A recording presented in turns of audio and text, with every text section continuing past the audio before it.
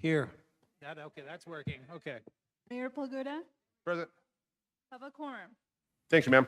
I would like to welcome down Elder Stephen Adams from Firm Foundation Bible Church for our invocation and to lead us in the pledge.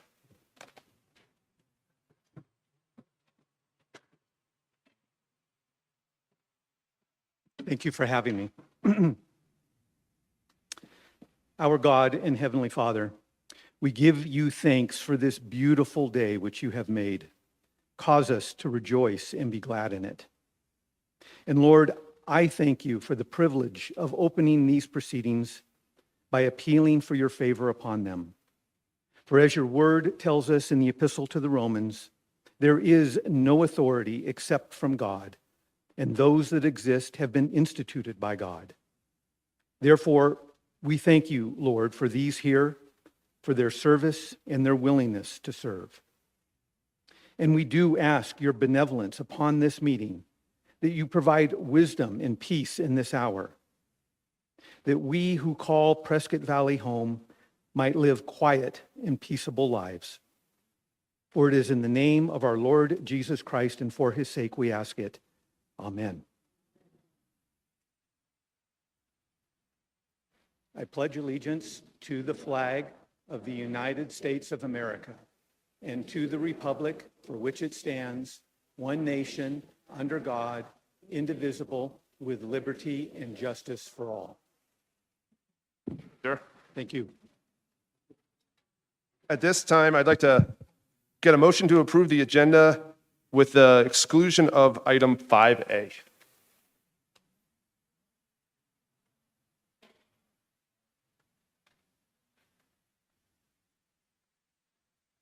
Mr. Mayor, I'd like to make a motion to approve the agenda excluding 5A. I second. Clerk, please call the vote.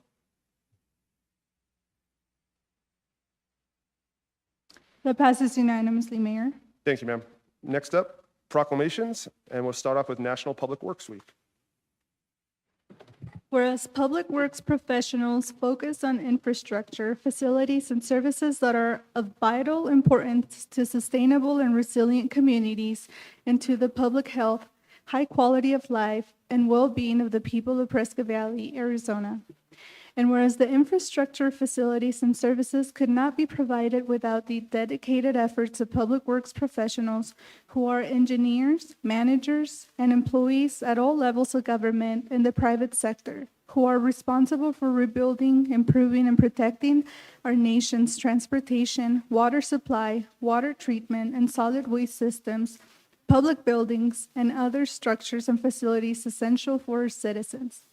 And whereas it is in the public interest for the citizens, civic leaders, and children in Prescott Valley to gain knowledge of and maintain an ongoing interest and understanding of the importance of public works and public works programs in their respective communities. And whereas the year 2025 marks the 65th annual National Public Works Week, sponsored by the American Public Works Association.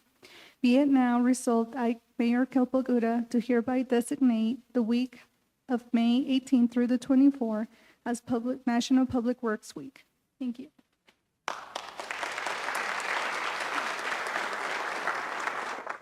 So, Mayor, Vice Mayor, I just wanted to thank you for recognizing these dedicated men and women of our Public Works team.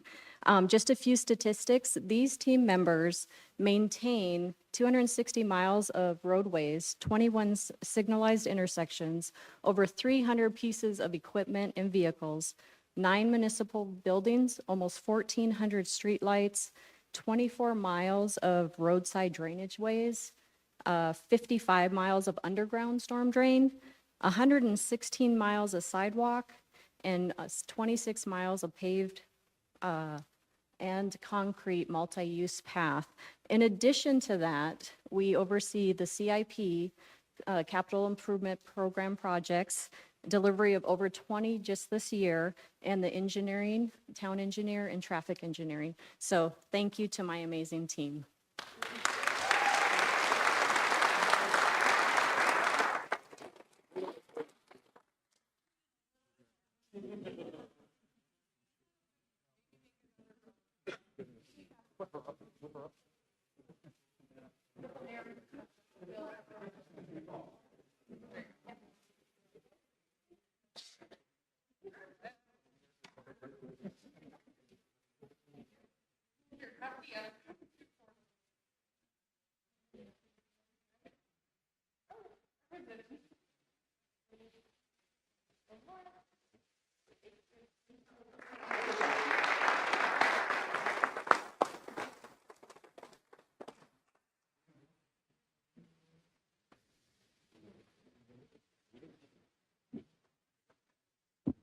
Next up, Building Safety Month. Whereas the town of Prescott Valley is committed to recognizing that our growth and strength depends on the safety and essential role of homes, buildings, and infrastructure play both in everyday life and when disasters strike. And whereas our confidence in the resilience of these buildings that make up our community is achieved through the devotion of vigilant guardians, building safety and fire prevention officials, architects, engineers, builders, tradespeople, design professionals, laborers, plumbers, and others in the construction industry who work year-round to ensure the safe construction of buildings. And whereas these guardians are dedicated members of the International Code Council, a nonprofit that brings together local, state, territorial, tribal, and federal officials who are experts in the built environment to create and implement the highest quality codes and standards to protect us and the buildings where we live, learn, work, and play. And whereas these modern building codes and standards include safeguards to protect the public from hazards such as hurricanes, snowstorms, tornadoes, wildland fires, floods, and earthquakes. And whereas Building Safety Month is sponsored by the International Code Council to remind the public about the critical role of our community's largely unknown protectors of public safety, our code officials who assure us of safe, sustainable, and affordable buildings that are essential to our prosperity. And whereas Game On, the theme for Building Safety Month 2025, encourages us all to get involved and raise awareness about building safety on a personal, local, and global scale. And whereas each year in observance of Building Safety Month, people all over the world are asked to consider the commitment to improve building safety, resiliency, and economic investment at home and in the community, and to acknowledge the essential services provided to all of us by local, state, tribal, territorial, and federal building safety and fire prevention departments in protecting lives and prosperity. Now, therefore, I, Kelpa Gouda, Mayor of the town of Prescott Valley, do hereby proclaim the month of May as Building Safety Month. Thank you.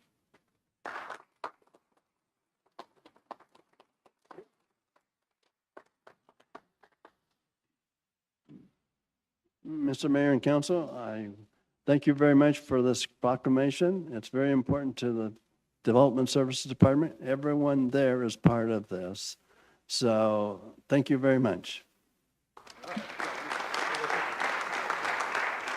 We'll stand right over here. Oh,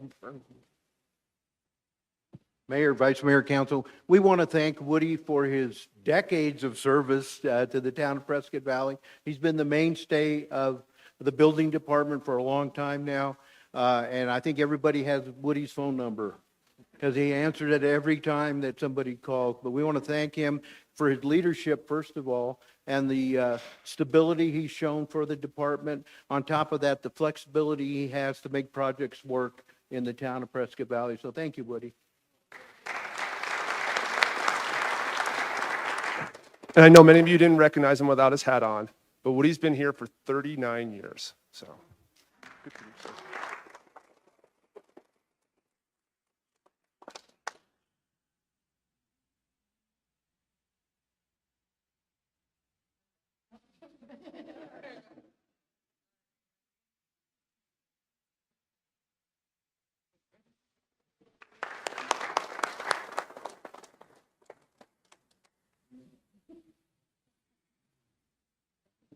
Next up is our National Nurses Week and National Hospital Week. I'm sorry. Whereas nurses and hospital staff play a vital role in providing compassionate and high-quality health care to the residents of the town of Prescott Valley. And whereas National Nurses Week, observed annually from May 6th through May 12th, recognizes the dedication and expertise of nurses who tirelessly care for individuals and families. And whereas National Hospital Week, observed annually from May 12th through May 18, honors the entire hospital team for their commitment to ensuring access to essential medical services and promoting community health. And whereas nurses and hospital personnel demonstrate unwavering professionalism, empathy, and resiliency in their daily work, often going above and beyond to meet the needs of their patients. And whereas the town of Prescott Valley values the contributions of nurses and hospital staff to the well-being of our community and acknowledges their crucial role in maintaining a healthy and thriving city. Now therefore, I, Kelpa Gura, Mayor of the town of Prescott Valley, do recognize the week of May 6th through May 12th as National Nurses Week and May 12th through May 18th as National Hospital Week in the town of Prescott Valley. And further resolved that the town of Prescott Valley encourages all residents to recognize and appreciate the dedication and service of nurses and hospital staff and to express their gratitude for their vital role they play in our community's health and well-being. Thank you.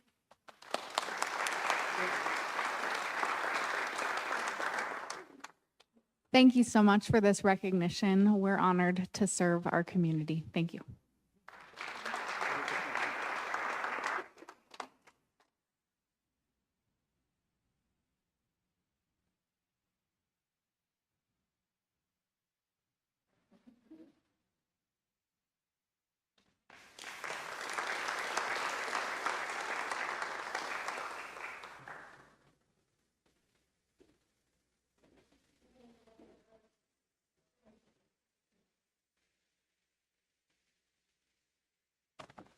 Next up, call of the public. At this time, members of the public may comment on matters listed on the agenda or solely on matters within the jurisdiction of the town. Any persons wishing to address the council must register their name with the town clerk prior to the commencement of the meeting. The council's response is limited to responding to criticism, asking staff to review a matter commented upon, or asking that a matter be put on a future agenda. Such remarks shall be limited to 3 minutes unless additional time is granted by the mayor. And just as a reminder, folks, if you wish to speak about item 10A, 10B, or 10D, we just ask that you just wait for that item to come up and don't use this time for that.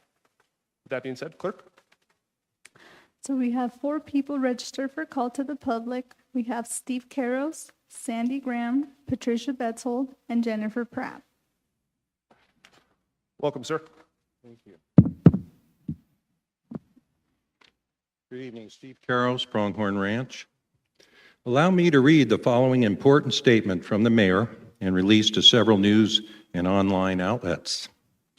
Public service requires commitment, accountability, and respect for the people who place their confidence in you, and that standard must always be upheld. So this begs the question, wouldn't this apply to the mayor and vice mayor who recently dismantled the accountability aspect of the proposed code of conduct and ethics policy desired by the people who placed our confidence in them? Also, wouldn't this apply to the mayor and vice mayor who recently voted to approve a volunteer town commissioner to yet another position in the face of at least 4 citizen complaints alleging his verbal harassment towards women in this community? Again, wouldn't this apply to the mayor using his public radio platform to disparage and mock mature senior citizens, as well as our neighboring mayor and a councilwoman, and referring to their Prescott City Hall as a circus? And quite recently, verbally attacking 2 Prescott Valley councilmen, and previously verbally attacking a councilwoman prior to her being elected. Let me read it again. Public service requires commitment, accountability, and respect for the people who place their confidence in you, and that standard must always be upheld. This is called rules for thee, but not for me. It is also extreme hypocrisy. Remove the planks from your own eyes before you seek to remove the speck from your neighbor's eye. Thank you.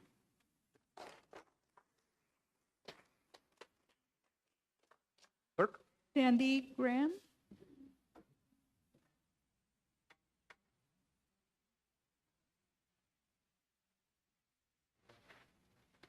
Welcome, ma'am. Good evening, Mayor, Town Council, and staff. Mayor, I know you asked that we speak later on, but I've got another engagement that I need to leave for. I'm Sandy Graham, a resident of Viewpoint North. Prescott Valley created Big Sky Business Park so that homes, warehouses, and distributors aren't in the same neighborhood.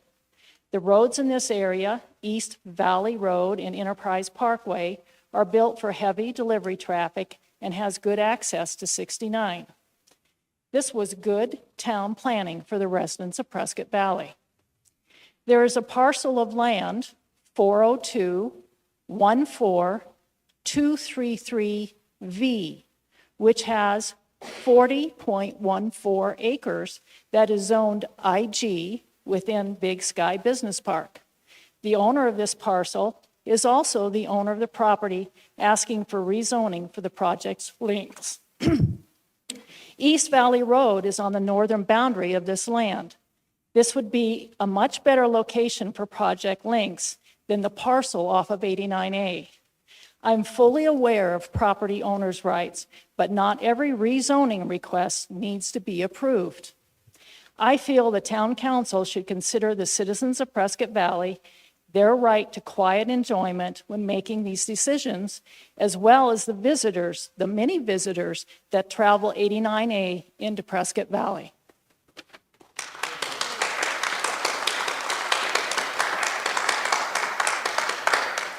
Patricia Betzel. Welcome, ma'am. Hello, Patricia Betzel, currently in Chino Valley.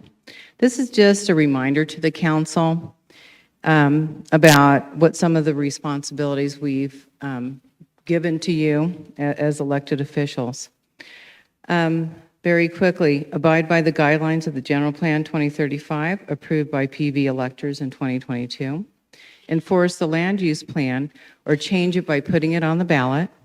Comply with zoning guidelines on what is and isn't compatible. Protect the quality of life for residents, including their right to quiet enjoyment of their entire property, indoors and out. Protect the safety of its residents from hazards and nuisances. Protect property values. Protect our natural resources, including wildlife. Protect our economy by bringing in living wage jobs. And by preserving those things that promote ecotourism. This is the purpose for which you were elected. Thank you so much. Yep. Clerk? Last one, Jennifer Pratt. Welcome, ma'am. Thank you. Last meeting, I addressed Kenneth, Councilmember Kenneth, regarding the social media and the ticket. And at this point, I would like to thank you for your response. I would like to extend an olive branch. And I would like to say a few things that hopefully will help to build bridges after this has happened. At the previous meeting, I was very encouraged to hear about your kindness and your helping of others. I was also encouraged to hear you speak about forgiveness. We are all imperfect, and I am definitely one of those. This is also something, as I had spoke before, about the things I teach my children. Thankfully, forgiveness of others, for the most part, comes pretty easily to me. It's forgiving myself that I struggle the most with. And thankfully, of course, forgiving you for the ticket issue is part of the situation, that it's easily to do. When forgiveness of others is difficult, a wise woman taught me to pray to my Heavenly Father and ask Him to please forgive those for me until I can. And again, thankfully, that is not the case in this situation. In your case, Ken, though, I do ask that you consider offering forgiveness to myself and the community, as while this ticket was issued on December 31st of last year and resolved, it's still very new to so many of us, and we just need the opportunity to process that. Because you are one of our representatives, and all of your positions are so very important to us. The response to the police officer, of course, appeared to be a knee-jerk reaction, as many of us could be very, concerned about what could happen over a ticket. And so again, that is very much understood. As you spoke about learning a lifelong lesson, I ask that you show us how that lesson helped you to be able to be making different choices in the future, and help us to regain trust in you, and help us all, again, to build those bridges. Because that's ultimately what I would like to see, is us all be able to continue to work together for the betterment of the community. So thank you. Thank you, ma'am. Clerk, anyone else? No one else, Mayor. Next up, council communications. I'll start to my left. So I just want to take a moment and wish all the mothers out there happy Mother's Day coming up this Sunday. And also we have an opening here on council. And so if you have an interest or know somebody with an interest, I'd be happy to sit down and talk to you about what the job entails. So feel free to reach out. Councilwoman. Saturday is our PV Days parade, and I hope all of you will come out and see it. Everybody works really hard building floats and making it a fun parade. So I hope to see you all there. Thank you, ma'am. Councilwoman. Right before we had this meeting tonight, we were able to attend a ribbon cutting for the Exceptional Community Hospital. It's actually in Prescott, but it's right in between the two YRMC hospitals. And I just want to let everybody know it's open. It's a beautiful facility. And if you need help, that's a good place to find it. Thank you. Vice Mayor. I had the opportunity on April 27th, Sunday, April 27th, to play in the Prescott Valley Police Foundation Golf Tournament. And I played on Team Glee, Steve Brissetti, Marnie Ewell, Robin Hazelwood. Great time. And I just want to say thank you to Kay Giles and the Prescott Valley Police Foundation for that opportunity. I also wanted to just take this time to recognize that today is the 80th anniversary of VE Day. It's the day that the war ended in Europe, World War II ended in Europe. And many of us have family that fought in World War II. And I just want to recognize that, all the members of our families and anybody else out there that has served our country, I thank you from the bottom of my heart. I will just add that on item 9G, the council will be accepting the consent agenda resignation of Bill Williams. And to piggyback onto what Councilman had to add, we are going to be advertising this in the Daily Courier from 5:11 to 5:14. The Tribune will have an ad on May 14th. We will also be running the ad on social media. Applications will be due on May 20th by 4 p.m. There's going to be no exceptions because at 4:01 p.m., the clerk will close it and be sending council the applications. Those will then come to council. We'll have an e-session on May 22nd to discuss, and then the top 3 applicants get interviewed. And then hopefully we have an appointment sometime in June. So just so everyone understands that. And with that being said, manager's report, Mr. Davidson. Mr. Mayor, members of the council, we'll be finalizing the monthly reports. They'll probably be out in the next week. And then just again, that PV Days. So the parade and the carnival is out there, and hope everyone has a great time for the weekend. Thanks. Next up, item 9, consent agenda. All matters listed under consent agenda are considered routine by the town council and will be enacted by one motion. There will be no separate discussion of these items. If discussion is desired, that item will be removed from the consent agenda and will be considered separately. Mr. Mayor, I'll make a motion to approve all items listed under consent agenda by electronic vote. A second. Clerk, please call the vote.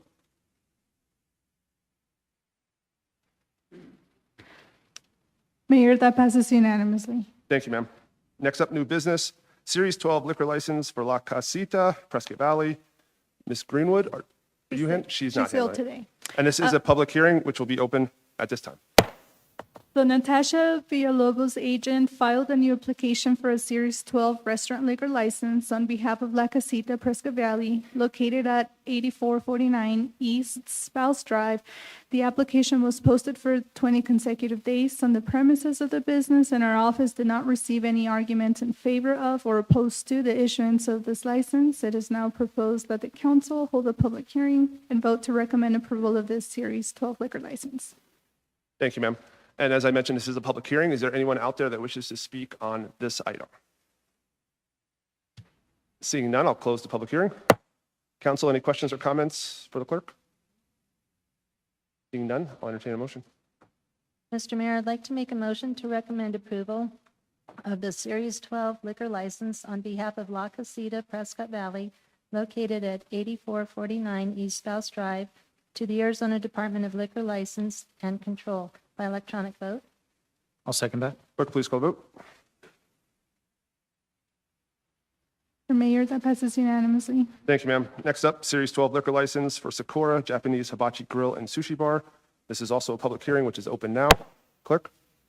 A request for another Series 12 restaurant liquor license was received by agent Jeffrey Miller on behalf of Sakura Japanese Hibachi Grilled and Sushi Bar located at 6648 North Viewpoint Drive in Prescott Valley. The application was posted on the premises for the required 20 consecutive days, and our office did not receive any arguments in favor of or opposed to the issuance of the license. It is now proposed that the council vote to recommend the approval of this Series 12 liquor license. Thank you, ma'am. And again, this is a public hearing. Anyone out there wish to speak up in reference to this? Seeing none, we'll close the public hearing.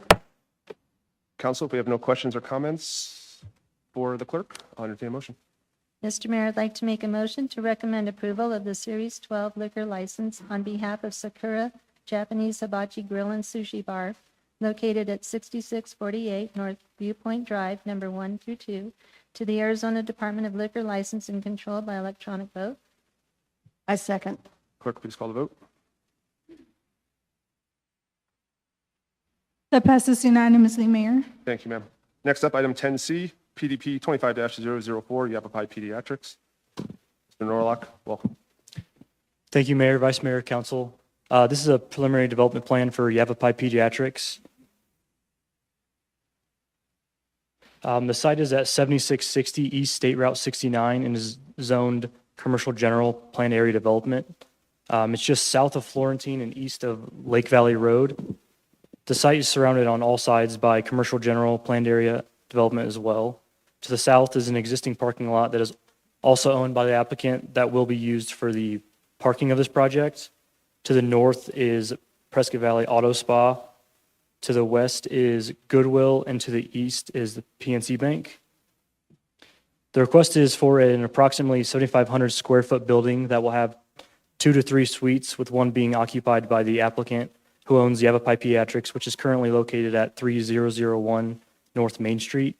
This is a medical office that has been serving this area and community for over 10 years now. The on-site landscape plan will have a 10-foot buffer on the east side of the internal road, as well as additional landscaping, as you see here on the, in the front and the rear of the building. The building itself will be just under 27 feet in height, and the exterior finishes of the building will be a mix of stucco and stone. Staff recommends approval of PDP 25-004, and I will take any questions, and I believe I saw the applicant sheet as well, if you have any questions for her. Council, we have questions for Mr. Norlock in references? Seems pretty squared away. Thank you, sir. Thank you. Entertain a motion. Mr. Mayor, I'll make a motion to authorize the mayor to sign resolution number 2025-2419, adopting PDP 25-004. That includes Yavapai Pediatrics. I'll second. Clerk, please call the vote. Mayor, that passes unanimously. Thank you, ma'am. Next up, item 10D, ZMC 25-004, Project Lynx. Mr. Ruby, welcome. This is a public hearing, which is open now. Thank you, Mayor, Vice Mayor, Council. The item before you is ZMC 25004. Initially, this was for 100 acres of rezone to an IG designation, but there's been some changes since our Planning and Zoning Commission meeting. After the Planning Commission zoning meeting held its hearing and voted to recommend approval of ZMC 25004 on April 14, 2025, the applicant and Development Services Department mutually agreed to modify the request to only rezone IG on the 19.23 acres of the site that you have before you. It is an 86,800 square foot delivery center, and there was a PDP, which is required by our code for a rezone, that accompanied the project. Town staff is recommending denial of the 100-acre rezone and instead asking council to rezone the 19.23 acres for this site only. The proposed zoning is located within land use, growth tier 1 of the general plan land use. Pad 4.1, as you can see, is in the upper right-hand corner. Tier growth 1 has approximately 26,000 acres, mostly within the town limits. Our code says that it needs to be, or our general plan, excuse me, says that it's available and appropriate to accommodate growth and infrastructure during the time frame of our 2035 general plan. And the strategy behind that is to direct growth within town boundaries. New development should occur in a logical manner and adjacent to existing development. And there should be a logical extension of infrastructure. As I mentioned, the project is located within pad 4.4-1, as you can see on the screen. This was the initial 100-acre proposal. It is, again, 4.1 is approximately 1,500, 7,500 acres. It's a blend of mixed uses, including rural-related business services. It provides diverse housing opportunities for area workers within the entire 1,575 acres. There's a mix of fairground, racetrack uses, business parks, and offices. In addition, within this 4-1, hotels, resorts, regional, community, commercial, open space, and medium high density residential could be rezoned. Keep in mind that the medium high density residential is up to 15 units per acre. So that being said, I'd like to talk about the entitlement process that we're under with our new Chapter 13 update, which the council voted on last year, became effective January 11th of this year. And this is basically the entitlement for the rezone. Every rezone as it moves forward has to have a preliminary development plan which outlines the site specifically with a accompanying documentation and engineering documents. Now, originally this was anticipated for subsequent phases within 100-acre parcel. That has changed now, and as modified, future development in accordance with PAD 4.1 land use designation on the remaining portion of the 100-acre parcel will require separate rezoning. And with that rezoning in a PD, plan development, it will require a preliminary development plan, which will be the entitlements for the project. The final plan for that will be your engineering documents, everything that is required to approve that project, and that is to the approval of the town engineer. A little bit of zoning summary. This is the site, as you can see. It's located just south of Highway 89A. And I'd like to point out to you to the west of this project is an easement that is Arizona State Lands has given to ADOT for potential roadway extension there. And if you can see on the northern property boundary, there will be some additional easement required by ADOT to configure the roadway. That's included in one of your conditions of approval, so I won't get into that now. The town's, the RU70 residential that you see on this project is the designation that came in when the site was annexed from Yavapai County. That's the standard that comes in, closest to the county zoning designation of RU2A. The town's IG designation district provides sufficient space in appropriate locations for manufacturing, development, wholesale, and commercial uses. Now, I mentioned that there was a mutual agreement between the applicant and staff over reducing the rezone down to the 19.23 acres. And in part, this is related to a recent House Bill 2447 that was signed by the governor and will become effective December 31st of this year.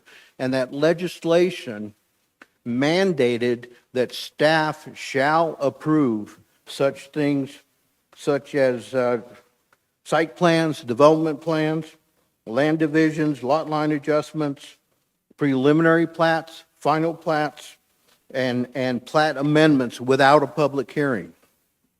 Staff was a little bit concerned about this, even though in our updated zoning code, we have a provision for a rezone with a PD, a planned development, which does require that preliminary development plan, the entitlements, to move forward.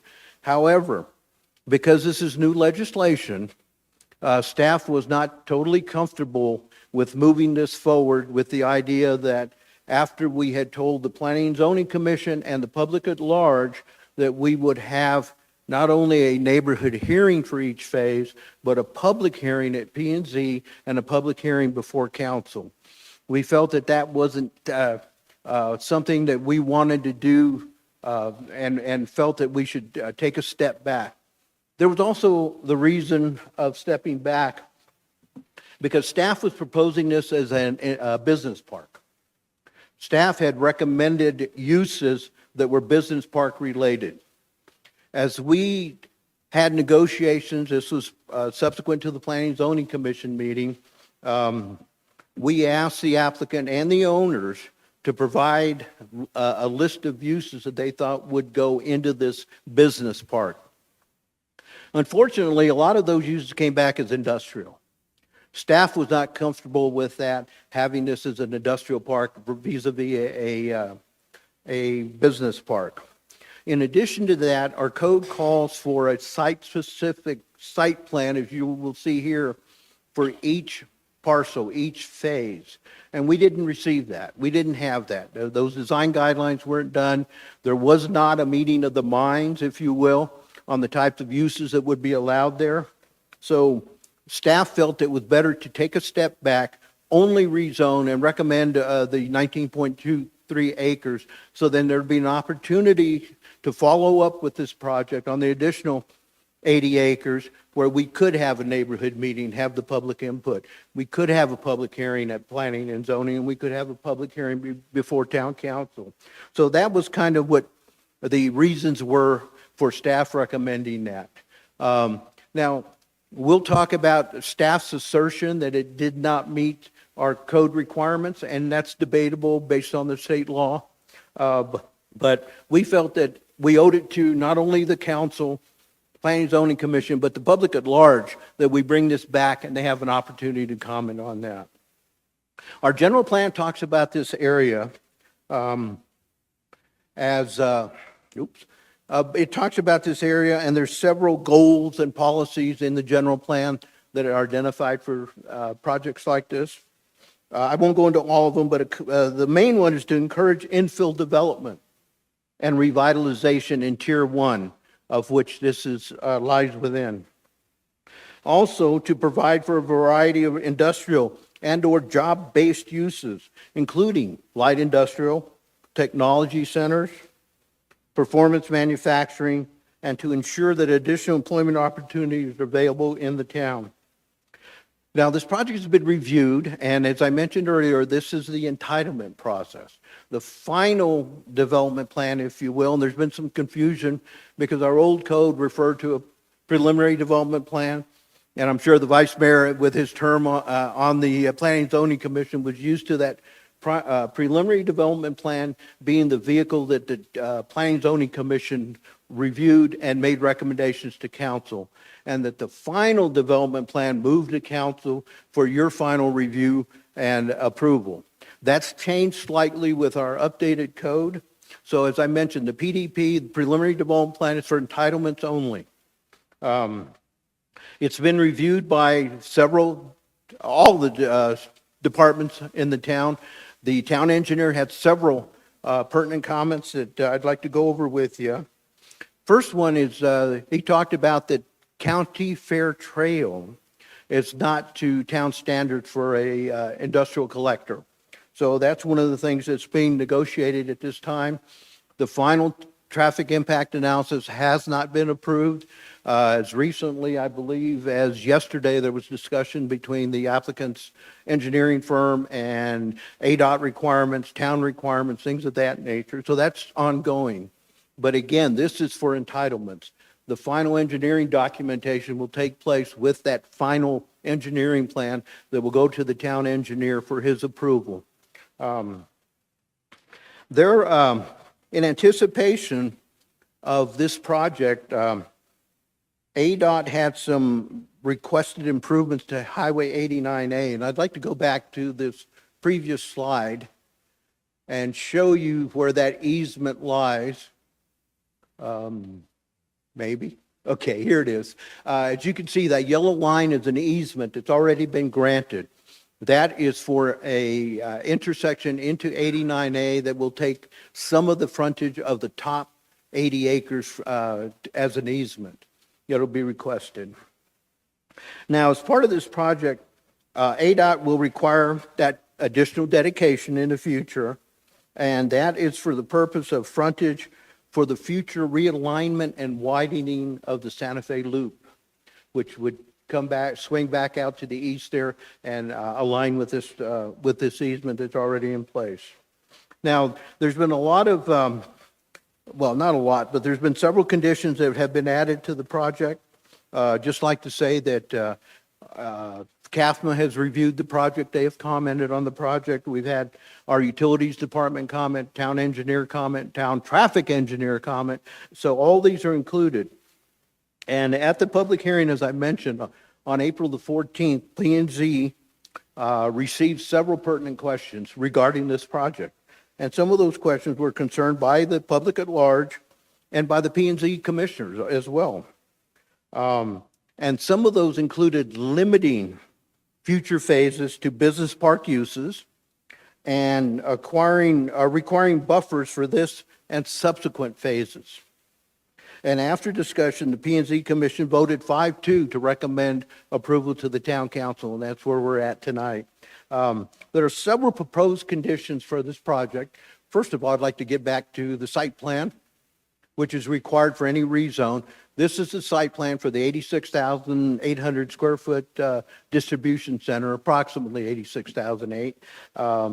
And this is what the site will look like. It's located on County Fair Trail, just south, about 1,600 feet south of 89A, adjacent to several projects in the area.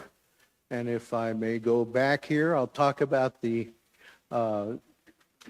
various buildings that have occurred. On this site plan, you can see that number one on the screen is the Yavapai County facilities. It includes the medical examiner's office, the morgue, also includes some office space, the racetrack, and some various storage. The blue square that you see is a commercial use. It's the Knacker cold storage and Pepsi distribution site. Numbers 3, 4, and 5 are the Fairgrounds RV Park. And you can see the racetrack adjacent to that. That entire area is public lands. The area that we're talking now is RU70. So the application is to rezone that from RU70 to Industrial General, IG designation. Now, as we look at the site plan, we see that there's 3 entrances off of County Fair Trail. Parking has more than met the code requirement of 394 units. There will be on-site landscaping, and there will be a buffer on County Fair Trail with landscaping. And the thing to mention is all species will be low water and drought tolerant from the Prescott AMA list. And there will be additional landscaping provided around the building and along the entrance. One thing to mention is the town is currently working on a wildlife corridor plan. It's not in place yet, probably won't be in place till early next year to summer of next year. But we want to make sure that the applicants are aware that in the future 80 acres may be subject to some conditions as they arise out of our wildlife corridor plan. So I just wanted to make sure that was covered. This is the landscape plan for the project. As you can see, it's extensively landscaped, more so than the town code requires. And this will also, because of our code requires it, will have a minimum of a 6-foot screen wall around the project. The code also requires that in addition to the 6, and it could be up to 8-foot screened wall, depending on the applicant's request, it also requires that one evergreen tree be planted every 15 feet to attenuate some of the noise concerns, some of the view concerns, some of the things of that nature. I mentioned earlier that this site is approximately 1,600 feet south of 89A. It's also about 20 feet lower than 89A. So the visual impact from 89A to this building will drop down 20 feet because of the topography there. The building is scheduled to be 33 feet high. Code allows 35 feet in every district, basically, but in this district as well.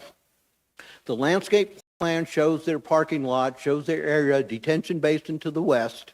That will be fenced in. There had been some requests by a community member, a former community member, the gentle lady from Chino Valley. That letter should be in your on your dais, along with other letters of support. So the idea that the site will be fenced and landscaped is in our code.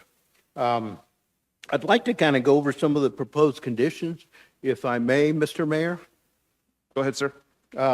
Number one, the developer shall relocate the proposed domestic and fire connections to the existing 8-inch water line as approved by the Town of Prescott Valley Utilities Department. Number two, the developer shall have a lateral service connection to the proposed sewer main as approved by the Town of Prescott Valley Utilities Department. Number three, the developer shall extend the proposed 8-inch sewer to the northern end of the tract along County Fair Trail. Number four, the developer will be required to update and finalize the traffic impact analysis, including any off-site improvements as required by the town engineer to meet town and ADOT standards. 5, the developer will be required to construct County Fair Trail to the town's industrial collector standard section to include engineered pavement structural section to accommodate traffic loading and shall require approval of the town engineer. The development of Project Lynx shall be in general conformance with the preliminary development plan as approved by council. And items 7, 8, and 9 kind of refer to future items. Those conditions were put on based on the 100-acre rezone proposal. It's now down to the 19.23, but I still would like you to consider these conditions. And number 7 is construction mitigations to state highways as determined by ADOT and the approved TIA, which may include that dedication of right-of-way to ADOT. Number 8, additional right-of-way may be required by ADOT on the northern property line for the future realignment of 89A to the future Santa Fe Loop traffic interchange on State Route 89A and Fane Road. Number 9, future phases may be required to pay a pro rata share for 89A highway improvements to be determined by the town engineer. And there was a couple of conditions that were recommended by the Planning and Zoning Commission at their April 14th meeting. One of them was that the development shall occur within 5 years of the rezoning. And another one talked about a buffer on 89A. At the meeting, it was talked about a 100-foot buffer, and that's what the Planning and Zoning Commission recommended. And that 100-foot buffer would be from the right-of-way on the northern property boundary, 100 foot into a building site. Now, the applicant has proposed a 60-foot buffer, but I would leave that up to the council for their final determination on that. And then, as I mentioned to you before, staff is recommending denial of the 100 acres for the various reasons I've spoken to previously. And we are recommending approval of the rezone to IG for the 19.23 acres. Believe it's a good use there, believe it will enhance that area and maybe promote additional opportunities, be they supply chain opportunities in a business park and things of that nature. So number 12 on your conditions would be for zone map change 25004 to be limited to 19.23 acres at this time, as identified as phase 1. Keep in mind that the balance of the 80 acres will have to be rezoned, will have to go through our PD plan development process, will require a neighborhood hearing, will require a public hearing before Planning and Zoning Commission, and will require the town council public hearing and vote on that particular project. So that being said, again, staff is recommending adoption of ordinance 2025-954, the modified acreage, if you will, with the conditions that I just went over for you. Now, one of the things, as I mentioned earlier, our code requires screening for any use like this to buffer it from adjacent uses. And although these adjacent uses are RU, they haven't been determined yet. That's the zoning designation that's applied on them. They could be residential, could be commercial, could be any types of uses. So the screening will be required around the perimeter of the building, and the landscaping will also be required there. I'd be glad to answer any questions you might have. The agent for the applicant is here as well, and I believe he's wanting to do a short presentation. Is that correct, Mr. Ross? So with that, I'll turn it over to you. Hang on one second, Vice Mayor. Mr. Ruby, I had a quick question. RU-70 is a placeholder designation, and I think we need to really kind of go into a little detail on that. Because we've gotten some feedback, why can't we just keep this, whole parcel residential? And the reason being is that RU-70 is that placeholder designation. It is not a legal zoning classification within the town limits, so it legally has to be changed. Am I correct?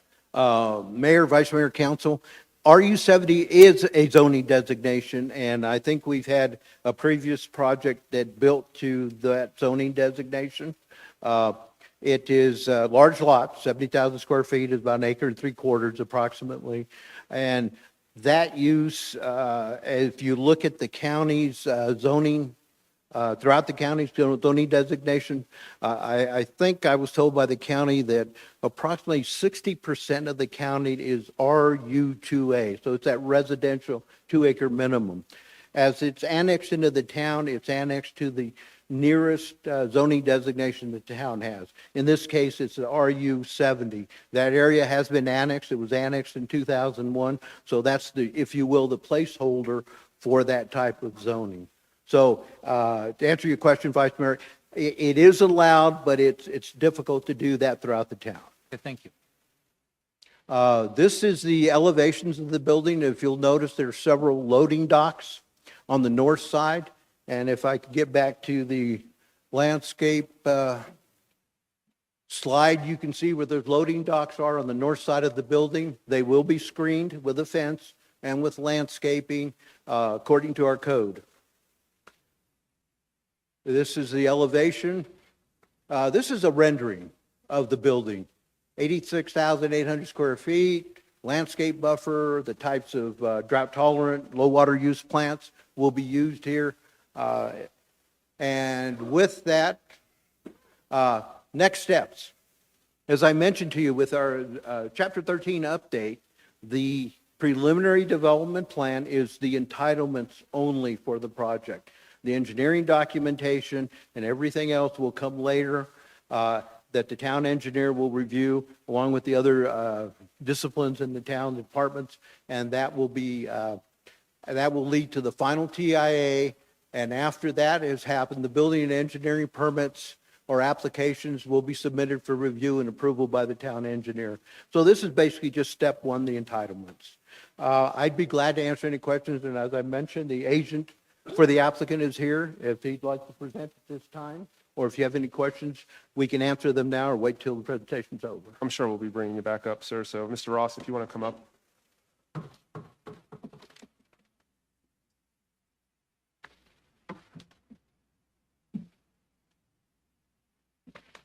Good evening, Mayor, Vice Mayor, council members. For the record, Shane Ross, Tiffany Bosco, 2525 East Camelback Road in Phoenix, representing the applicant for the project, BTRE Development LLC. Thank you all for your time this evening. First of all, thank you, Mr. Ruby, for a very comprehensive presentation, setting the framework for what has evolved over time since our initial project has been applied for and has gone through P&Z, and now we're before you today with a slightly different modified version of our application. We are asking for approval for 19.23 acres as opposed to the 100 acres rezone. However, we feel like staff as well as the applicant We have worked so hard. We really appreciate staff going the extra mile for us. All of the impromptu meetings, late night calls, email exchanges, working weekends to try to get us both to the point where we feel very comfortable with this project. And so we're excited on behalf of the applicant to bring this forward to you all tonight. So I do want to acknowledge Mr. Ruby and Development Services and the town engineers' continued efforts to bring this forward. So thank you to everyone so far. I'm going to just go over some slides. Mr. Ruby went into depth on this, but I think it's important to at least recognize my client, Van Trust, VTRE. You're getting a developer as a partner who's not just proud of the product that they're putting in front of you as an industrial developer, that has regional presence in Arizona and has developed multiple industrial projects and commercial projects throughout Arizona. But this is a company that really, truly cares about the city and towns where they have a footprint. And it's important to recognize that. The projects that Van Trust has been involved with and has developed are very impressive. The numbers speak for themselves. I do want to just touch on it. 115 industrial properties developed, representing 58 million plus square feet of industrial development. And that translates to $4.7 billion of total industrial development volume. Definitely a fantastic partner to have in a use like this that we are proposing. So I did want to mention that. Some of these slides, Mr. Ruby did a great job of already touching on, so I'll go through them rather quickly. But you can see the parcel map from Yavapai County with our 19.23 acres highlighted. And the surrounding uses, we've had extensive discussions with the neighbors in the area. We have full support from the Fairgrounds RV Park owner as well as the Arizona Downs owner. Discussed quite extensively with everyone, and we have great support of our neighbors, and we're excited to bring our proposed use, which is a delivery center on 19.23 acres forward on the southeast corner of the site. And you can see the cohesion with the neighbors is going to be a great fit. And we'll get into some specifics on that as well, but I do want to mention that. Touching on the general plan, pad 4.1, as Mr. Ruby mentioned, it's a very flexible land use standard. It allows encouragement. It encourages, sort of entrepreneurial and creativity in commercial and industrial uses and development. And so that's what we're putting forth here. Current zoning map, you can see the RCU 70 was touched on very nicely by Mr. Ruby. And we're proposing IG only at the southeast corner of the site. So originally 100 acres was proposed to be IG. We are now modifying our application in front of you tonight to approve only the 19.23 acres for IG. This is a visual of what the site plan is going to look like as a sort of a bird's eye view. And when you look at the 100-acre site, our property, our project is representing only 19% of the full site. It sits back about 1,600 feet from 89A. And from the road, it's just based on the elevation, it's about 20 feet below the visibility from 89A. So it blends in very nicely to the surrounding area. It will not be an eyesore in the area. In fact, it's going to enhance this area, add to it, and really hopefully attract some future developers, future users, and make this a great part of the town. Landscape plan was brought up earlier, but you can see the proposal here at the southeast corner of the site.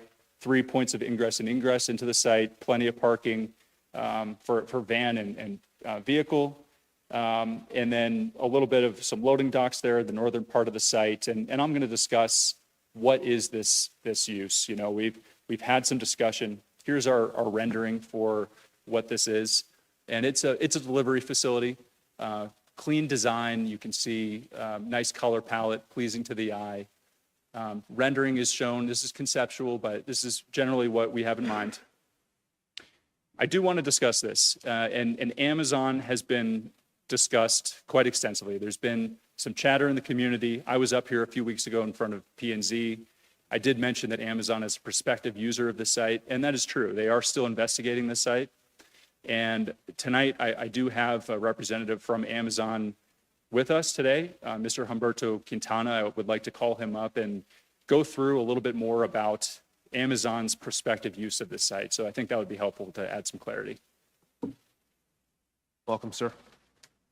Hi, good afternoon, everyone. Good afternoon, Mayor, council members, and members of the public. That's correct. Amazon does have an interest. My name is Humberto Quintana. I'm the Senior Economic Development Manager for Southwest US. And one of the things that I wanted to discuss a little bit, obviously when folks hear the name Amazon, we go immediately to the 5 million square foot buildings that we might see in the Phoenix area. So what I wanted to present here today is a little bit more detail as to the type of use that we're looking to do at the specific site.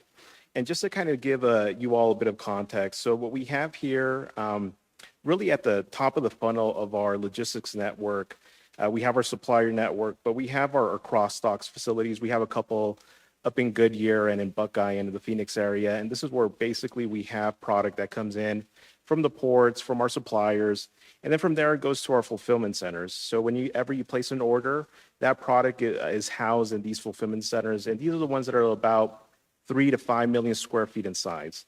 And kind of going through the life cycle of that package, as we kind of ship those out to our sortation center, we start to break them down into these buildings that are about maybe 300,000 square feet, 500,000 square feet or so, that basically break down the packages, the orders that are being shipped out by zip code. And then from there, we decide what is the quickest way for us to get this specific package to your doorstep, right? And there's a variety of ways that we've done it historically. We work through our third-party partners, which is USPS or UPS. And in other urban core areas, we've started to develop Amazon delivery stations. These are about 100,000 or so square feet on average. And from here is basically where we have the package broken down by route. We deliver these through our delivery service partners and then bring them out to your doorstep. I did want to talk about a little bit about kind of our expansion into Prescott Valley. And so actually there was an announcement last week about Amazon's rural expansion. So usually our traditional Amazon delivery stations have been in the urban core, but at the end of the day, our commitment to our customers is key. And that's kind of our guiding principle, right? To be able to provide that same level of customer service that someone in maybe Phoenix is expected to receive it in Prescott Valley. And so as a company as a whole, we're investing about $4 billion by 2026 to help our rural expansion. And so that's going to expand to about 13,000 new zip codes across the U.S. It's creating about 100,000 new jobs and tripling our delivery network. But more than anything, it's faster delivery times for our customers. And one of the neat things about the Prescott Valley site itself to kind of allow for that same type of customer experience is that we're actually looking to do what's called a rural super rural plus. And in essence, what that does is that it houses actual product in-house. It's the products that's most used by its residents that live in Prescott Valley. And we basically are able to house that product and be able to ship it out to you all a little bit sooner rather than having it kind of trickle down through the logistics network. And speaking of Prescott Valley and specifically, the site itself, we do have an existing facility. This is an expansion of our footprint here in town. So we are looking to have to generate about 350 jobs through this specific project. And of itself, it's going to include basically our Amazon associates, which are our workers within our warehouses, but also is going to be our delivery service partners, which are our drivers, which are the folks in the neighborhood delivering on behalf of Amazon. The investment itself is going to be about $40 million or so in investment. Again, there's also kind of that multiplier effect through the investment of indirect job creation from the construction and investments, induced sales tax as well from the purchases of equipment as well as the purchases of the items as well, and kind of those purchases from local small businesses. And then also it creates an opportunity for entrepreneurial opportunities, which is our delivery service partners, where folks basically are able to create their own logistics company to kind of help deliver on our behalf. And then also it allows for folks to be their own independent contractors through what we call Flex program. And so it's similar to like an Uber and Lyft model where like a student could pick up a route or anyone that wants to make a couple extra bucks could deliver on our behalf and pick up a route there. But the other thing I wanted to discuss is seller's opportunity. So 60% of our product that we sell on Amazon.com is actually from third-party sellers. And speaking for Arizona and specifically, we have about 10,000 independent sellers in Arizona, which have already sold about 4.4 million products to date. And so that's a little bit of an overview of how this fits within our logistics network and what we're hoping to achieve with this specific project. But I'll kick it over to Mr. Ross to continue his portion, and then I'm happy to answer any questions you may have. Thank you, sir.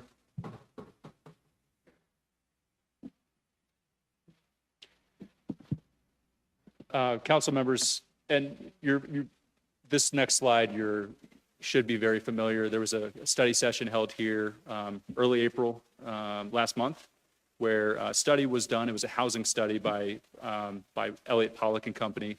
A couple slides from that related to jobs and the need for jobs in the Prescott Valley area. This graphic shows the worker commuting flow, people that are leaving the town every day to commute to work.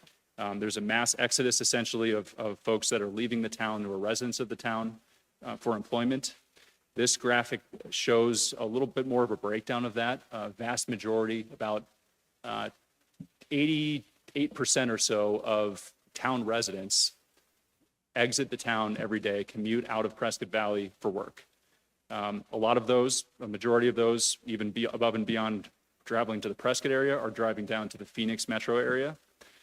There's absolutely a need for jobs, great jobs at that for Prescott Valley.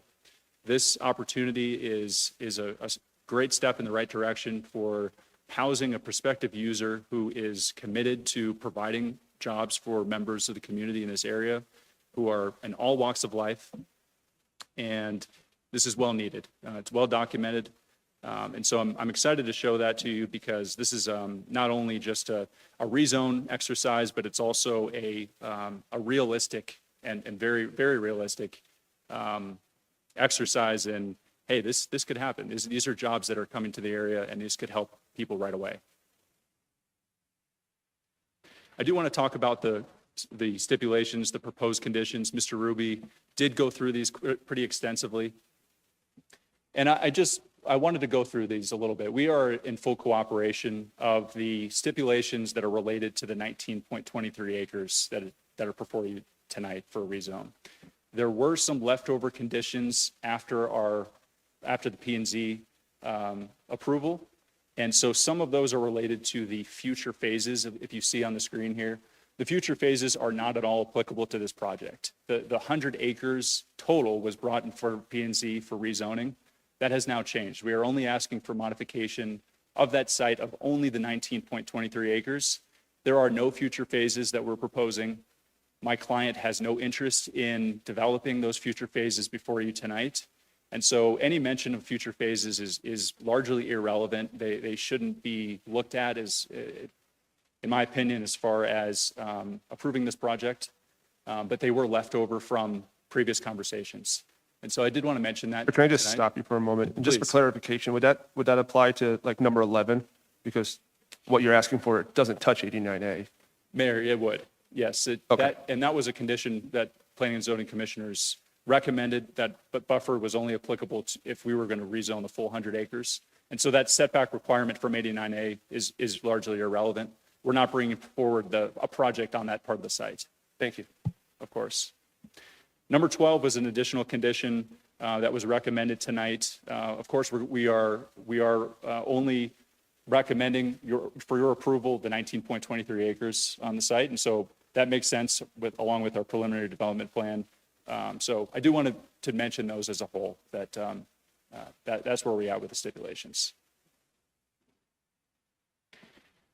I touched on this earlier. We have some great support letters that have come in. Members of the community, our adjacent neighbors, their RV park owner, as well as the Arizona Downs owner are in full support of our project. Some other business owners have sent some letters as well. Members of the community who are excited to see this project happen, excited for more jobs to come to the community. And so, believe it or not, that's all I have for you tonight. I'm available for questions. I respectfully request approval of the 19.23 acres on site. but happy to answer questions. Thank you, sir. How about we give you a break and Mr. Ruby a break, and we hear from the public who wishes to comment on this. Thanks, Mayor. I have a question for him. We'll bring him back up, Councilman. Clerk? We have 5 people registered for this public hearing. We have Patricia Betzel, Stephen Brissetti, Sandy Cordova, Nick Fisher, Ron Fain.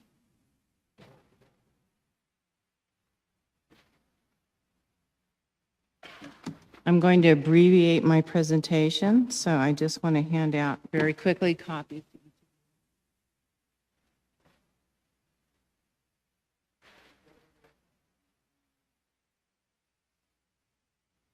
We have it, Patricia.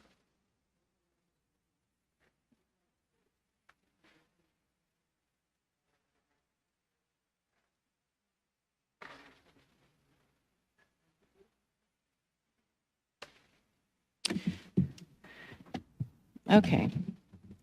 So I will say that there is still a concern, an FYI for Ivan, about the process by PZ regarding the rezoning of the project, mainly because it's a change from a residential land use classification to a non-residential land use classification on 100 or more acres, except for open space and public, quasi-public classification. So Ivan, if you refer to pages 53 and 64 of the general plan, basically P&Z would have to follow GPA steps.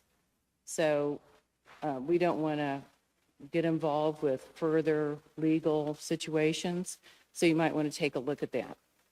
I do also want to acknowledge Development Services' efforts to mitigate some of the issues around this project by isolating the 19.3 acres where the warehouse will be located and requiring that the remainder of the 100 acres will, and I quote from their revised submittal, avoid speculative rezoning and further ensures that each subsequent phase will receive necessary community input at a neighborhood meeting, a public hearing at P&Z Commission, and a public hearing at the Town Council.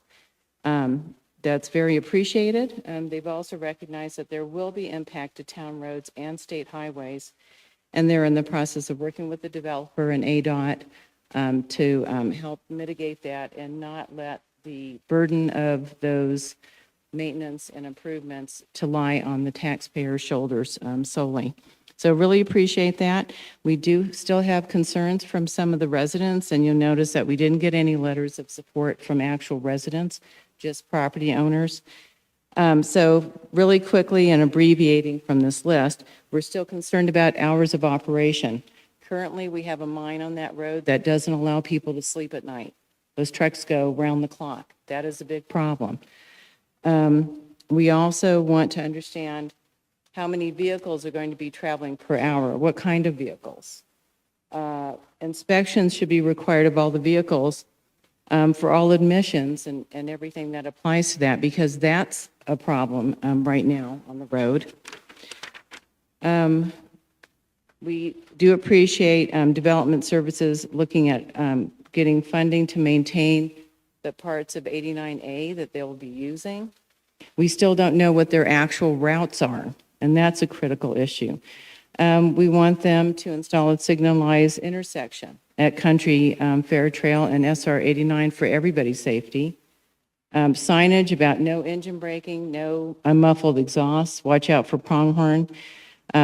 Some attention to the retention basin so it can support the pronghorn population that goes through there now. Restricting landscape. We don't need all this landscape.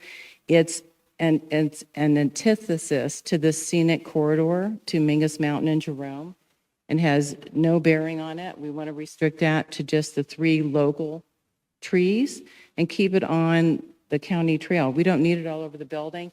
Pronghorn are afraid of a lot of trees and bushes because that's where their predators hide, which are coyotes. Exterior building colors to match the grasslands to help the building disappear. Nobody needs to draw attention to a warehouse building. It's not, there are no customers going there. And to repair any damage of the habitat caused by construction and restore that. So thank you very much. Ma'am. Clerk?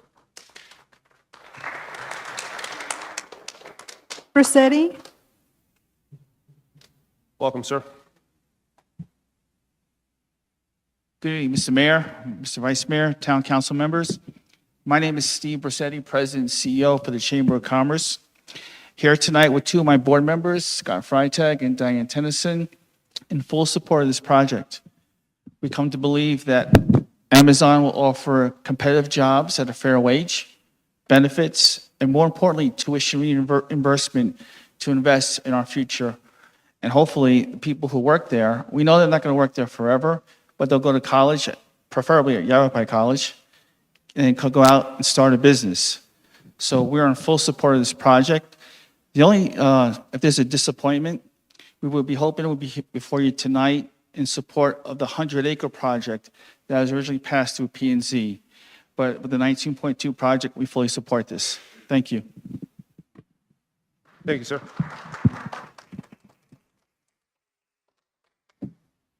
Sandy Cordova.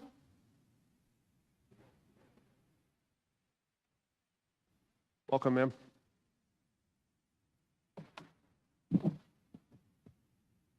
Thank you. I'm Sandy Cordova. I live in Prescott Valley. I'm really concerned about that whole area being developed for a corporation that I think is more into not supporting their employees, because I've talked to a few people who work for Amazon, and it's very grueling type of work in the warehouse. And they don't get the pay, the livable wage, and many of them work part-time. So to have any industry in that particular area is another concern, because that is an area where people go right into the drone, and it's for tourists.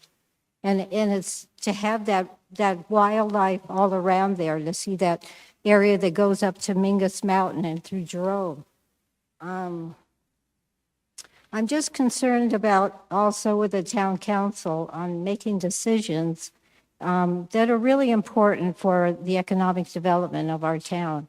And I think it's important when you consider that, consider it as something that's going to benefit the community. We need people to have livable wages, to be able to pay their rent, to be rather than have to commute to another area. We have many of our young people who graduate from high school or college, and they really can't afford to have their own place to rent or to buy a home. So they go into the big cities and the big areas. So if we have an industry here that's going to provide that livable wage, and for them to be able to pay their rent or maybe in the future have a home, that's more important than anything.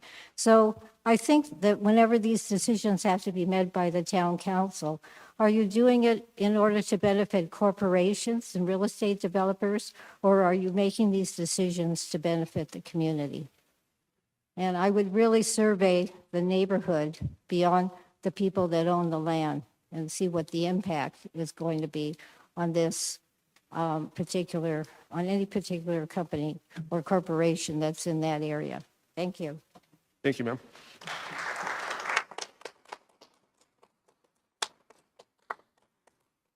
Nick Fisher.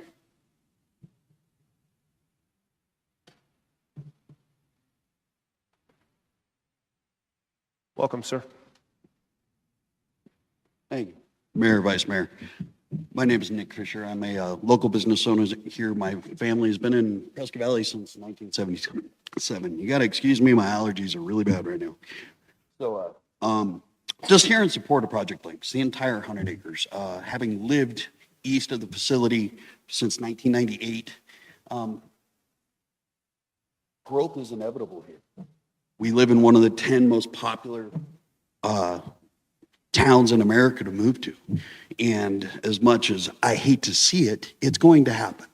So to be considering that we need to move houses into a location that already has a racetrack and a lot of not what I would call neighborhood friendly facilities, and everybody's fighting for residential, more homes, while again we have mentions of wanting livable jobs. I myself am interested in 10 to 15 acres out there to move my business to, because we currently employ 60 people and we are out of space, we are out of power directly here in the middle of Prescott Valley. So to consider that we just want to continue to build houses and not provide the infrastructure for industry, for real livable wage jobs, we have to really think about where some of the concerns are really lay. I drive by this location every day. There are no neighbors. There's antelope, sure. I am a neighbor to the location. To consider anybody worried about sound or anything of that nature, we need to really focus on where can we put industry to bring in quality jobs. And this is a prime location. It is well thought out, and I think we need to really support moving the entire 100 acres to IG. It's just a good quality spot, and will bring in, again, not only businesses such as my own, potentially Amazon, but just continued quality growth. And it's not connected proper to any residential location. I'm not sure why people feel it is. There's 1,000 acres or more around without a house near it. So to even consider that as residential just doesn't quite connect the dots for me. So I want the town to really consider the 100 acres. It's a great spot. And for anybody who wants to bring in quality jobs and growth, we need to move forward with this. Thank you.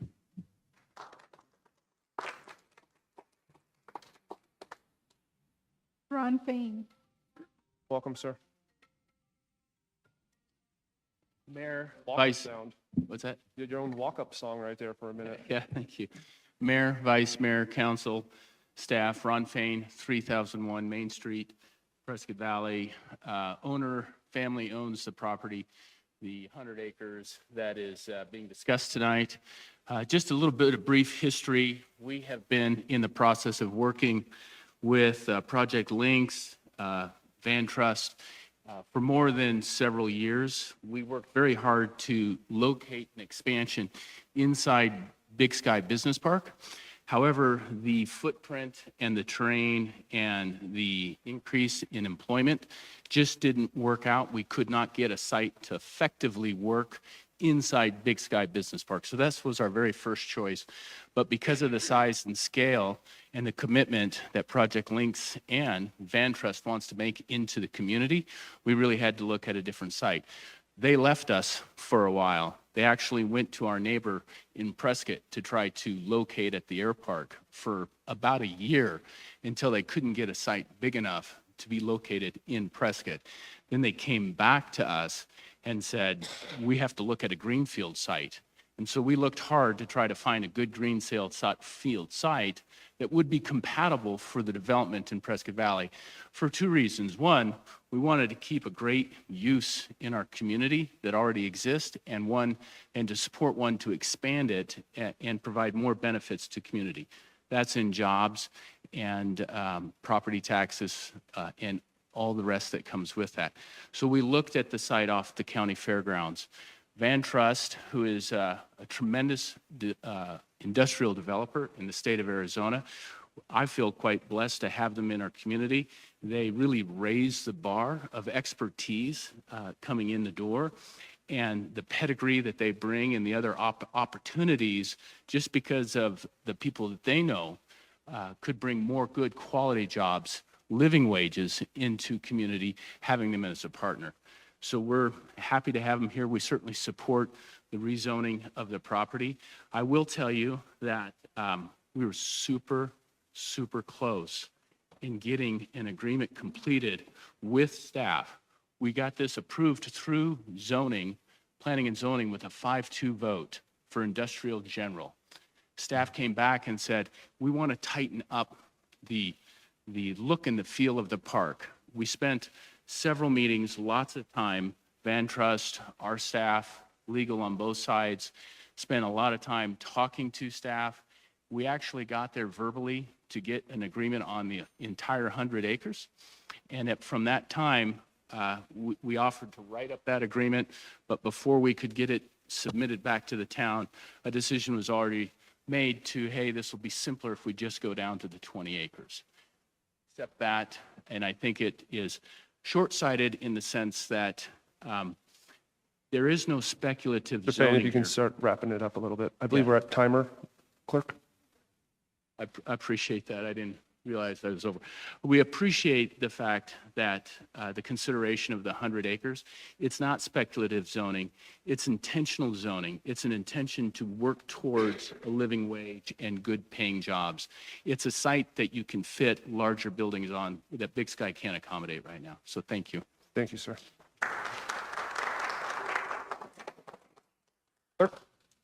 No one else registered, Mr. Thank you, Mayor. ma'am. At this time, I'm going to close the public hearing and welcome back. Councilman, who is it that you wish to speak to? Mr. Ross, would you come back? Councilman? Mr. Ross, I noticed, you were telling us about what a great neighbor this warehouse will be with all the trucks coming in and out around the clock and everything like that, all the traffic and all the noise. But, and so if it's going to be such a wonderful neighbor, why didn't anyone ask the long-term residents in the RV park what they thought? I haven't heard a single word about that. Mayor, Vice Mayor, Council Member, thank you for the question. It is a great question, and I have discussed this at length with the RV park owner himself. He actually fielded the questions and was available for any of his residents of the park to come forward, and if they had an objection, he was willing to have that conversation and even pass those folks along to me. Nobody came forward. There was no objections raised.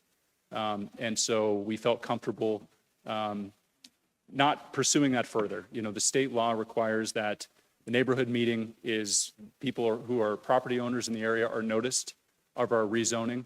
And so we followed the state law procedure, and we sent notices and completed a neighborhood meeting for the property owners or anyone else who were welcome to attend the neighborhood meeting.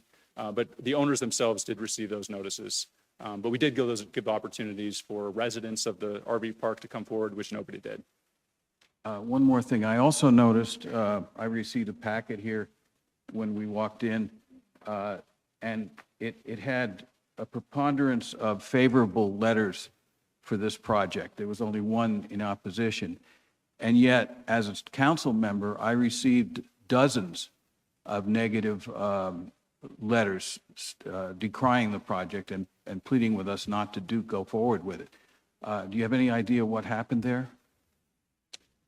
Mayor, Vice Mayor, Council Member, I don't. Frankly, I've received copies of any letters that came through. I haven't seen the letters that you're referring to.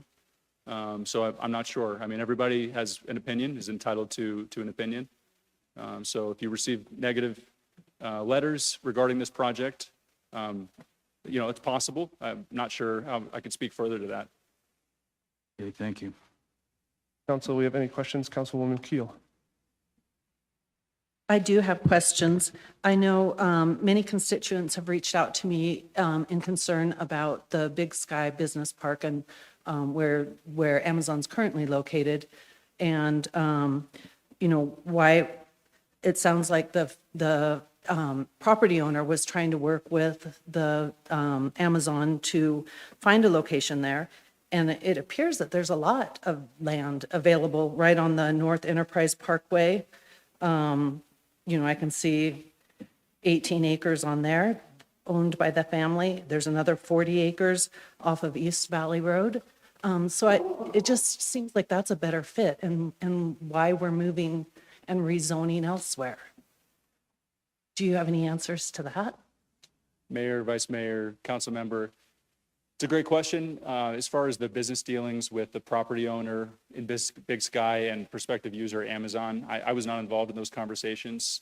So I'm not aware of those interpersonal dealings and business conversations about that. I will say that, before you tonight is a rezone for a project that conforms to the land use plan for Prescott Valley, as well as the rezone opportunity from residential to industrial. It fits the criteria. It conforms to surrounding uses. And so that's, not to really redirect you, but that's what's before you tonight. As far as what's happened in the past with previous dealings with a prospective user of the site, I can't speak to it. Well, and I do want to just mention that I'm glad that Amazon is looking at Prescott Valley. I would like to see you to continue to grow here and offer jobs. The other question that I had is possibly with our streets engineer, maybe he can talk a little bit about, I'm concerned at the expense for the Santa Fe Loop Road. What, is that going to be required for this, or, improvements? It just seems like we have the infrastructure in place at the Big Sky location, and I'm worried that this is just going to be extremely expensive to do all these roads here. What does that look like? Okay, maybe I can answer this. Thank you, Mayor, Vice Mayor, and Council. I think your question was about the Santa Fe Loop traffic interchange. That's a long-term plan. We don't have the, I don't know if we have one of the exhibits here. Go back up.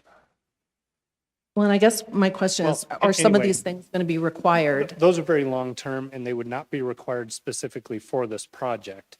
The exhibit that Mr. Ruby showed an alignment of planned future alignment for the realignment of State Route 89A, where it would connect into the future traffic interchange. That traffic interchange and that alignment is not the responsibility of this project and would not be, but I'm anticipating, in the way I wrote it in the staff report here, is that we're anticipating that ADOT would require the developer to dedicate the right-of-way for that realignment. One of the exhibits here, if you see on that exhibit, can we go up one page? This exhibit here. If you look to the upper left of the site that's outlined in the pink color, that upper left shows an alignment that's going in. You can see where the edge of the alignment goes into the edge of that property. When I looked at that on the map, it measured to be about 165 feet worth of frontage. When we spoke to ADOT about this, they suggested 100 feet would be required. We don't have that in writing from them yet, but we're anticipating getting response back from them when we get the next version of the traffic report and ADOT reviews that traffic report. We've been coordinating our reviews of this project with ADOT, and I'm expecting to hear back from them in this next round of reviews. Thank you. And then I just wanted to make one more statement, not for you, but just to recognize that there is an RV park and people do live at the RV park, and they, this will be impacting them. That is a neighborhood, and I just want to recognize that. Oh, Councilwoman Schumacher. Well, I just wanted to say to you, thank you so much for this project, and it's very well thought out and very well planned. And I know what it's like when you're trying to build on terrain that is varied with ups and downs.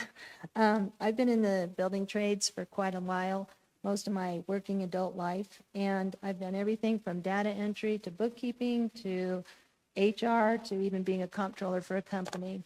In this area, it is very hard to find good paying jobs, even for somebody with a specialized position. And I was understanding that there's like a $22 an hour positions for most of the people that are going to be working in the Amazon field for this. That's a very good price right there. I know that we've increased what minimum wage is. I wasn't for the increase of minimum wage that the state decided upon, but that wasn't for me to decide. To me, minimum wage was an entry level where you get training, where you find out what you're wanting to do, what you're going forward with. There are careers in Amazon. There's a lot of people who stay with you. There's a lot of people who also want to go to school, and that's why you have the part-time jobs. I was excited to hear that you were doing a lot of scholarships so that they can get their education in other fields. So to me, to think of people getting a job here, when I hear that people are saying that they're not a proper wage, it's not for you to decide. When somebody else is bringing a business in, that's for the business to decide and whether or not the employee wants to stay there. If the employee wants to go elsewhere to get a higher paid job, that's a stepping point then. So I appreciate all your hard work and what you're doing. I appreciate what you're already doing. And I'm looking forward to seeing this come to completion, I hope. So thank you. Councilman Freund.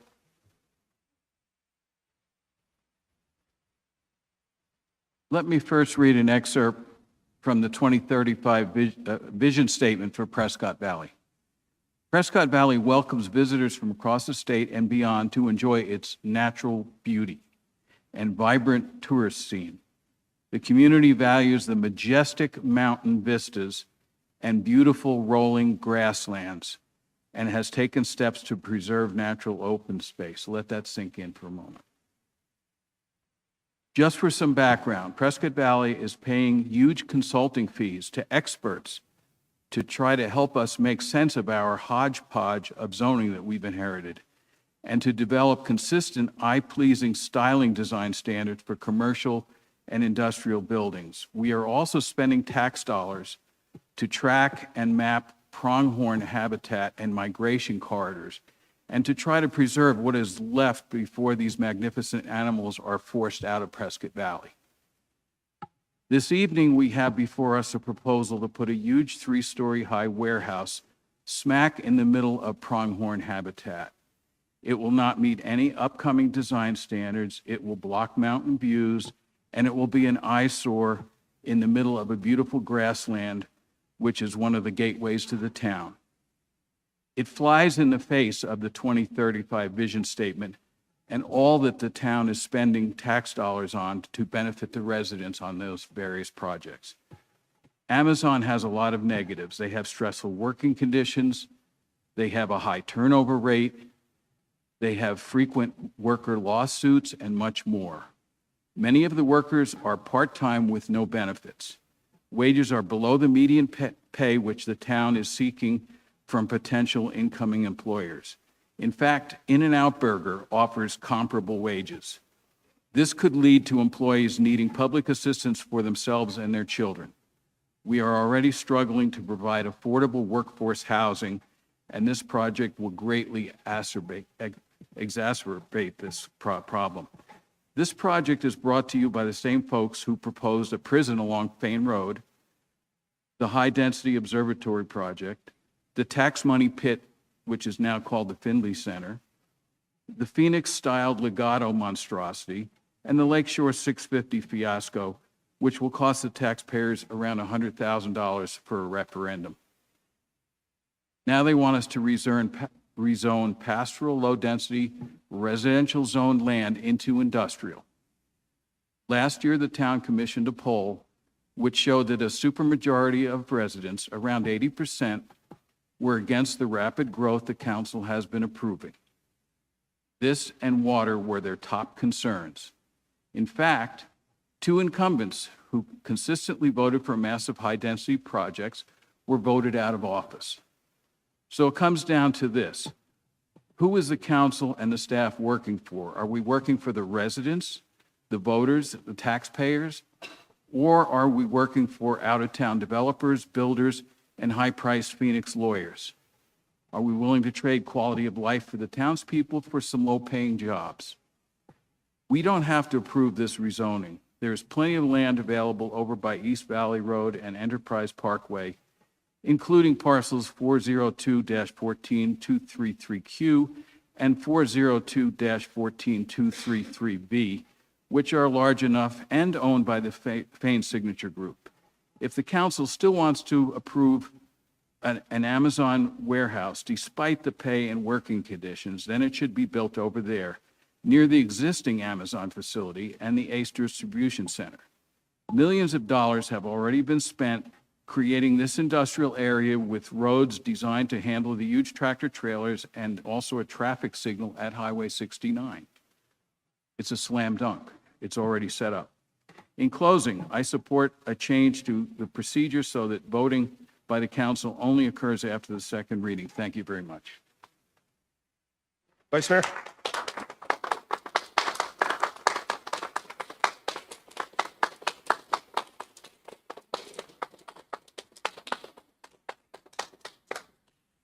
Mr. Ross, currently, if I'm not mistaken, Amazon leases their building, correct? That's correct, Vice Mayor. Correct me if I'm wrong, leasees do not pay property taxes, is that correct? That's correct, Vice Mayor.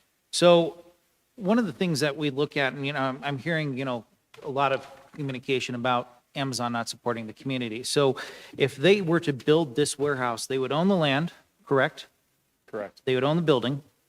Yes. So they would be contributing to not just the town's economy, but to Yavapai County, Humboldt Unified School District, Yavapai Community College, Central Yavapai Fire District, the Yavapai County Library District, the Yavapai Flood Control District, Mount Institute JTED. And in fact, across the street at Nackard, let's just, throw some numbers out there. 2024 taxes. Central Yavapai Fire District, $15,142.48. Humboldt Unified School District, $17,543.28. Yavapai College, $7,688.72. For me, as a former board member and chair of the Central Yavapai Fire District, I love the idea that this is going to be probably with this, the impacts that this could have to the fire district and what that can do for property tax values and so forth in the district. I believe that we're looking at values probably double what I just read for this property. And I definitely think that that's going to be huge. I do also like the idea that they are, you guys are proposing 350 new jobs on top of the 200 jobs that you currently have at the Amazon warehouse that you have on Valley. So I look at it this way. I think it's going to be a economic boom for our town, our region, and all the other districts that, people pay taxes to. Thank you, Vice Mayor. Thank you, Vice Mayor. I have a comment in regards to, I think one of the speakers, Mr. Fain, mentioned, hey, we tried to put it down in the industrial area. This was our number one spot we wanted to go.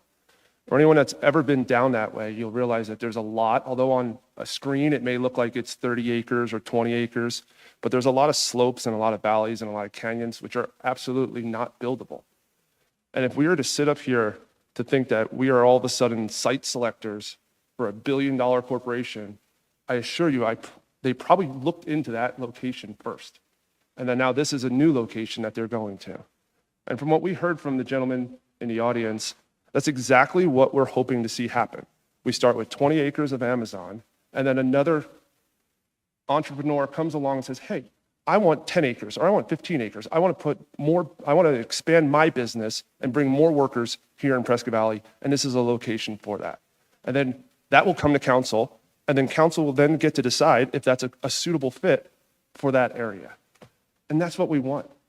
Because I guarantee you, day one, minute one, we've all heard we need more jobs.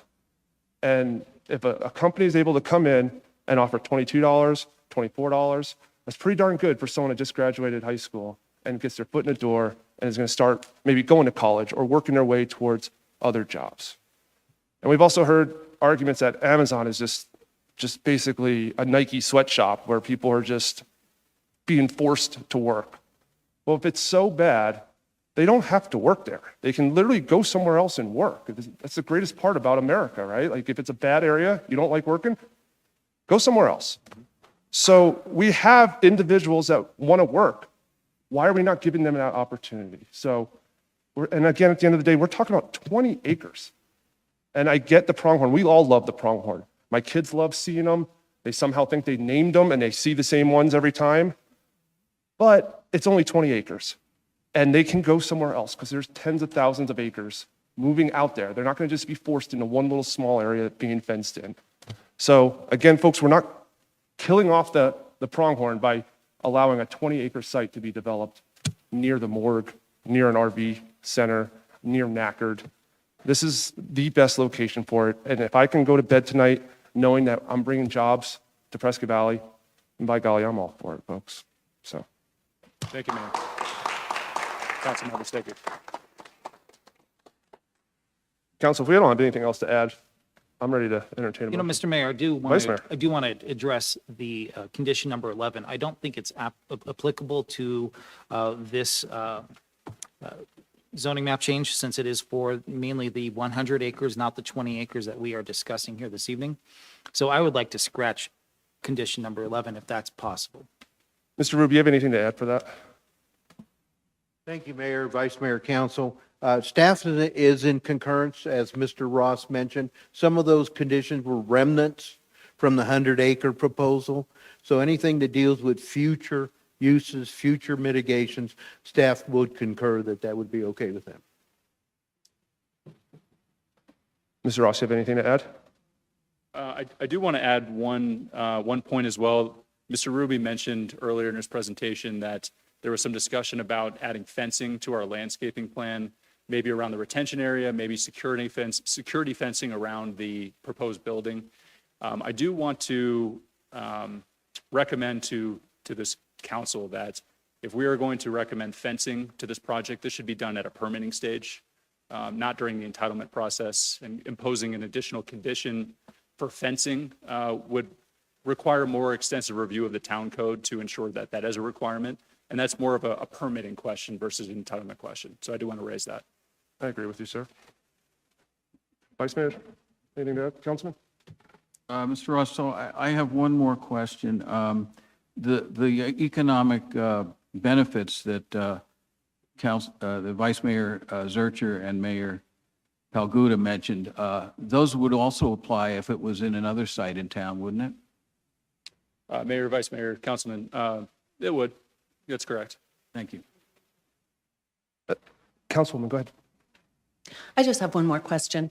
With this 20 acres or, just shy of 20 acres, will all of your vehicles be parked on site at that location, whether they're contracted, well, not personal vehicles, but I know that you use entrepreneurs that drive vehicles as well. Will all vehicles be on that lot, or will they be using other areas? Like I know right now you're using a parking lot at the fairground. Will everything be contained on site? Mayor, Vice Mayor, Council Member, I'll let Mr. Quintana answer that question. Yeah, good afternoon. Yeah, so the intent here is actually to consolidate all of our operations in one site. So currently, our operations that we have at our existing site, we've outgrown it. So we are using off-site parking lots. So we actually are subleasing part of other types of lots to accommodate our uses. And so the intent here through this expansion is to have everything in one consolidated space. So that's the intent, to basically be able to house all of our delivery service partners' vans on site. Thank you. Council, any more questions or comments? Seeing none, entertain a motion. Mr. Mayor, I'd like to make a motion to read ordinance number 2025-954 by title only on two separate occasions, then place the same on final passage to approve modified ZMC 25-004 for Project Lynx by electronic vote. Mr. Mayor, can I ask if that would remove condition 11, which is currently in the draft? And add that. Thank you. And I'll second that. Clerk, please call the vote.